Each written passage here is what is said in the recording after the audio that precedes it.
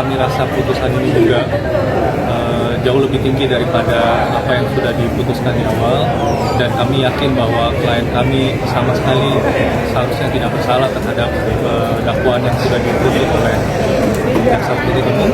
Tak mau aset istrinya Sandra Dewi ikut disita, pengusaha Harvey Mois melawan atas vonis yang diperberat Pengadilan Tinggi DKI Jakarta menjadi 20 tahun penjara dalam kasus korupsi pengelolaan timah. Perlawanan Harvey ditunjukkan dengan mengajukan kasasi ke Mahkamah Agung untuk melawan vonis tersebut. Kuasa hukum Harvey, Andi Ahmad, mengatakan kasasi akan diajukan dalam waktu dekat. Sementara Sandra Dewi dikabarkan sedih dan menangis melihat perjuangan suaminya.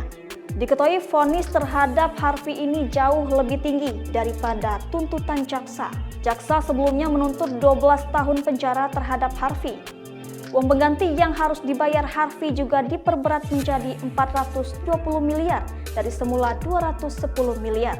Dia menyatakan harta benda Harvey Mois dapat dirampas dan dilelang untuk membayar uang pengganti tersebut.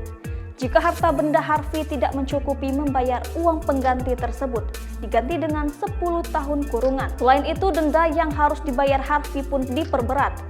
Hakim menghukum Harvey membayar denda 1 miliar atau subsidiar 8 bulan kurungan. Pengadilan juga menyita aset atas nama Sandra Dewi, istri Harvey.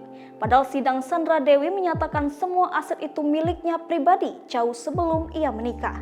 Sebab ia merupakan artis papan atas dari kerja kerasnya bisa mendirikan perusahaan dan berkembang.